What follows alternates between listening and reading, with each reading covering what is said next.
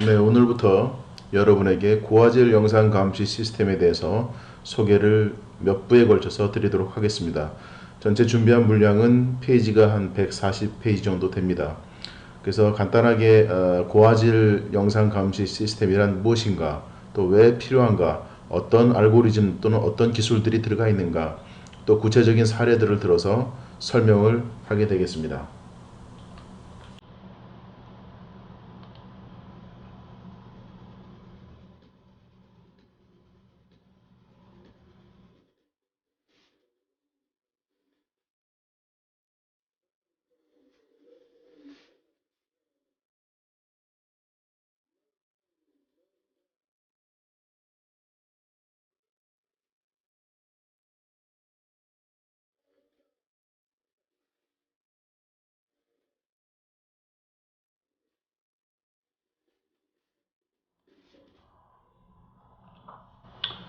정말 2015년도 봄, 여름, 이제 7월 달이 다 돼가고 있습니다. 6월 29일인데요. 장마가 올라온다고는 했지만 그렇게 큰 도움이 된 것 같지는 않아 보여요. 농부들이나 또 우리 온 대한민국 산천에 아주 단비로다가 적셔줄 수 있는 그런 아주 달콤한 장마가 시작되었으면 하는 마음으로 굼베이 댄스 밴드의 레인을 잠깐 틀어봤습니다. 자, 이제부터 고화질 영상 감시 시스템이란 무엇인가를 소개를 한번 하겠습니다. 고화질 감시 시스템, 그 다음에 고화질 영상, 기타 영상 관련된 푸티지까지도 향후에 한번 실제적으로 보여드리도록 하겠습니다. 이제 지금 보시는 것처럼 현재 설치되어 있는 CCTV 카메라든 대부분 이제 SD급 기존의 아날로그를 디지털화 했다든지 또 100만화소, 200만화소 정도의 카메라들을 설치를 하고 있습니다. 그래서 현재 41만화소 같은 경우는 이렇게 보시는 것처럼 화면 확대해서 봤을 경우에 화면이 이제 정확하게 인식하기 어려운 정도의 해상도를 지원하고 있기 때문에 실질적인 정보를 획득하기가 상당히 어렵습니다.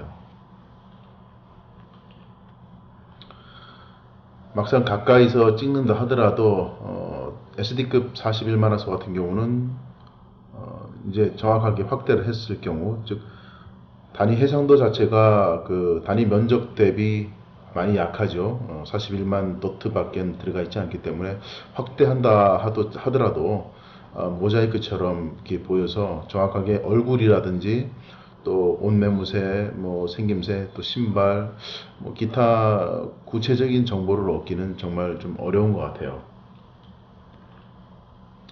한 가지 분명한 것은 고화질 영상 감시 시스템 왼쪽에 있는 것과 아날로그 감시 시스템 좀 비교를 해 봤습니다. 보시는 것처럼 지하에서 똑같은 상황이죠. 카메라 두 대를 설치했어요. 왼쪽에 있는 영상은 고화질 카메라, 그 다음에 오른쪽에 있는 카메라는 기존의 아날로그 SD 카메라를 사용을 해서 찍었습니다. 자, 그런데 실질적으로 그 고화질에다가 플러스 아주 세부적인 영상, 즉 어두운 곳에서 영상을 우리가 세부적으로 볼 수 있다라고 한다면 같은 조건에서 분명히 고화질 감시 카메라로 선택을 하게 될 겁니다. 감마 값이라고 해서 이제 카메라 자체에서 들어오는 우리 그 가시광선 영역 내 또는 그 이외에 여러 가지 그 광범위한 레인지의 영상 그 소스를 분석해낼 수 있다면, 또 이끌어낼 수 있다면 향후에 녹화된 데이터를 가지고 분석하는데도 상당한 차이점이 있을 거고, 또 많은 그 이상의 포렌식 어떤 그런 자료로서의 가치가 충분히 제공이 될 수 있다라고 봅니다. 간단하게 우리가 많이 사용하는 이제 해상도, 뭐 레졸루션, 뭐 픽셀 이런 얘기들이 많이 있죠. 통상 1인치당 해당 영역에 총 포함되는 이미지를 이미지에 있는 픽셀의 수를 통상 우리가 해상도라고 합니다. 1인치는 이제 2.54cm라고 하죠.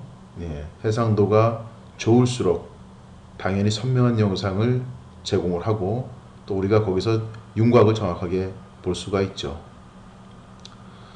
화소라고 하는 것은 화면을 구성하고 있는 최소 단위의 명암의 점, 도트입니다. 예. 현재 이제 과거에는 720-480, 즉 D1급 SD, 즉 스탠다드 데피니션급의 CCTV 같은 경우에는 실제로 계산을 해보면 720-480 계산을 해보면 약 34만 5천 개 정도의 도트로 다 구성이 되어 있습니다. 이와는 다르게 실제로 우리가 이제 목표로 하는, 즉 타겟으로 하는 그런 결과물이 있을 겁니다. 얼굴 또는 번호판, 차량 같은 경우는 이제 번호판 등을 우리가 육안으로 식별하기 위해서 요구되는 최소의 어떤 해상도 기준이 있을 겁니다. 지금 보시는 화면의 좌측은 1600만 화소 카메라 한 대로 지금 공항에서 대기하고 있는 택시들을 촬영을 한 것입니다. 그리고 이것을 오른쪽에 있는 그 각각 썸네일 이미지에서 보는 것처럼 확대를 했습니다. 디지털 줌을 이용해서. 이 장비는 이제 디지털 줌으로다가 끌어서 본 겁니다. 아날로그 줌 사용한 건 절대 아니고요. 그래서 지금 K26539라는 번호판을 가지고 있는 차량과 또 좀 비교적 저쪽 톨게이트 쪽 저쪽 돌아서 나가는 쪽에 있는 대기하고 있는 택시 같은 경우 JU6211, 우리나라보다는 좀 번호판에 있는 숫자가 좀 더 큰 것 같습니다. 그리고 그 택시들마다 또 가지고 있는 고유 번호판, 또 전화번호 2833-9928, 우리가 육안으로 충분히 확인할 수 있는 정도의 해상도가 나옵니다. 통상은 단위 피트당 약 한 40픽셀 이상 정도의 도트가 있어야만이 최소한 우리가 확인 또는 인지할 수 있는 그 정도 해상도가 나온다라고들 합니다. 자, 기존의 SD급 즉 D1 720-480 해상도에서부터 30메가 픽셀, 즉 3000만 화소죠. 통상은 7360-4128 이렇게 해서 7K라고도 통상 부릅니다. 그래서 현재 지금 가장 보편화되어 있는 해상도는 노란색에 이렇게 표시된 것처럼 200만 화소, 약 2.0 메가픽셀, 1080p죠. 1920-1080. 자, 비교를 해본다면 D1급 해상도에서 30만 화소, 3000만 화소까지 비교를 해보면 약 물리적으로 또는 산술적으로 계산하더라도 약 88배의 영상 차이가 납니다. 이 말은 뭐냐면 디지털 줌으로 해도 그만큼 깨지지 않고 또 블록이라든지 도트가 커가지고 단위 인치당 커서 구분하지 못하는 그런 상황까지 가지는 않는다는 얘기죠. 따라서 이 정도면은 간단하게 얘기해서 D1급 카메라를 88개 대체할 수 있다. 즉 고화질 영상 카메라 한 대 가지고 이런 결론을 낼 수가 있습니다. 우측에서 보시는 것처럼 D1급은 SD, 즉 스탠다드 데피니션 해상도, 그 다음에 200만 화소까지는 HD, 즉 하이 데피니션 레졸루션 영역이라고 하죠. 그리고 우리가 쉽게 접해보지 못한 이제 그런 해상도, 화면 해상도들이 있습니다. 영상 카메라가. 즉 800만 화소 4K부터 시작해서 1600만, 2900만, 3000만 화소, 이제 이런 것을 우리가 통상 HD급 이상을 이제 넘어섰다 해서 슈퍼 울트라 HD라고 해서 UHD를 많이 하죠. 예, 3000만 화소. 지금 DSLR 카메라 같은 경우도 그 정도까지 지금 나올 겁니다. 따라서 지금 카메라의 해상도가 CMOS라든지 CCD, 이 찰상 소자의 기술, 즉 개발 능력이 향상이 되면서 또 이것을 효과적으로 처리할 수 있는 소프트웨어도 동시에 아울러서 같이 개발이 되고 있고, 또 이런 막대한 큰 사이즈의 영상을 효과적으로 로우 밴드위드에서 최대한 효율적으로 전송을 하고, 또 녹화를 하기 위한, 또 저장을 하기 위한 스토리지, 아카이브 기술들이 속속 계속 효율적인 시스템들이 개발되고 있습니다. 좀 더 구체적인 사례를 들어서 한번 설명을 해보겠습니다. 이것은 1600만 화소 프로페셔널 카메라 한 대 가지고 트램이죠. 외국에 같은 경우는 이제 트램이 이렇게 도로 지상에 레일을 가지고 전동으로 해서 움직이게 되죠. 마치 옛날에 우리나라 전동차 비슷한데요. 보시는 것처럼 카메라 한 대 가지고 전체적인 트램이 운행되는 트램 레일 구간과 또 사람들이 많이 왔다 갔다 하는 이제 광장 지역을 같이 촬영을 했습니다. 그런데 불행하게도 뒤에 뒤따르는 트램이 앞에 정차한 트램을 충돌하고 말았습니다. 이때 당시에 그 트램 앞을 지나가던 승객과 또 트램에서 내리던 청년이 쓰러졌습니다. 동시에 쓰러진 것을 확인할 수가 있습니다. 그리고 또 트램의 드라이버가 이제 어떤 상황에 지금 있는지, 또 현재 트램의 번호는 2243, 우리가 정확하게 인식할 수가 있죠. 그리고 목격자들이 누군지 기타 정확하게 확인할 수가 있습니다. 몇 년 전에 강동대로의 사거리에서 촬영한 영상입니다. 1600만 화소, 이때 당시에는 JPEG 2000, 즉 JPEG 2000 압축 알고리즘을 가지고 있는 제품이었었고요. 렌즈는 캐논 50mm 렌즈를 썼습니다. 50mm 렌즈 써가지고 EF 렌즈를 써서 촬영을 했고요. 보시는 것처럼 지금 이정표 확대해서 나왔고, 그 다음에 이제 신호 대기하는 차량들에서 번호판까지 확대를 해서 디지털 줌으로 확대를 해서 본 영상 이미지입니다.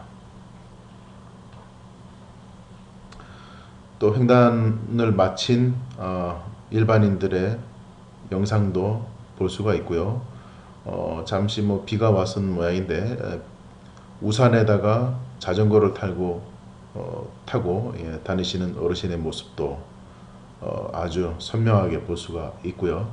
특히 좌측 하단에 보면은 횡단보도 좌측에서 횡단보도를 횡단한 보행자들이 신발, 또 색깔, 머리 모양새, 또 손에 핸드백을 어떤 걸 가지고 있는지, 또 옷의 색깔이라든지 옷의 형태, 이런 것들을 아주 자세하게 우리가 육안으로 굳이 크게 노력을 하지 않아도 뽑아낼 수 있는 그런 장점이 있습니다. 자, 좀 더 이 부분에 대해서 우리가 효율성적인 측면에서 한번 검토를 해보면, 자, 일단 카메라 한 대 가지고 40대 또는 50대 또는 80대, 90대 이상의 카메라를 커버할 수 있다는 것, 상당한 메리트가 있겠죠. 우선은 설치할 때 설치 비용이 적게 들겠죠. 또 공간도 적게 들겠죠. 전기도 적게 먹겠죠. 또 설치를 위한 인건비라든지 기타 노무비, 또 잡자재, 케이블, 기타 이런 부분들이 많은 경비들이 절감이 될 겁니다. 또한 향후에 유지보수라든지 장비 관리적인 측면에 있어서도 수량이 많지 않기 때문에 상당히 유리할 것으로 생각이 됩니다. 3000만 화소 카메라는 D1급 기준으로 했을 때 약 88대의 효과를 낼 수가 있죠. 모니터링도 마찬가지다라고 생각할 수 있습니다. 일반적으로 한 몇백 대 운영을 하는 경우 여러 가지 방범이라든지 기타 카메라 수량이 많은 사이트 같은 경우는 당연히 모니터링 요원도 또 많아야 될 겁니다. 한 번에 또 볼 수 있는 것이 많이 제약이 되기 때문에, 따라서 고화질을 쓰게 된다는 것 자체는 모니터링도 원하는 만큼 그 하나의 화면에서 뽑아낼 수가 있습니다. 충분히. 최대 뭐 한 64채널 이렇게 레이아웃을 분할을 해서도 볼 수 있고요. 좀 더 현실적으로 따지자면 한 4분할 또는 뭐 9분할 네, 대형 디스플레이 모니터에다 표출을 한다면 뭐 한 16채널 정도까지는 볼 수 있겠죠. 하지만 가장 편안하게 볼 수 있는 건 한 4채널에서 예, 한 9채널 정도 될 수 있습니다. 예, 한 대의 카메라 가지고 수십 대의 카메라 또 여러 개의 그 운영 모니터링 시스템을 간단하면서 효율적으로 운용할 수 있다는 것은 상당한 메리트가 있는 겁니다. 그러니까 감시 인력도 운용할 수 있는 인력도 최소화할 수 있다는 장점이 있죠.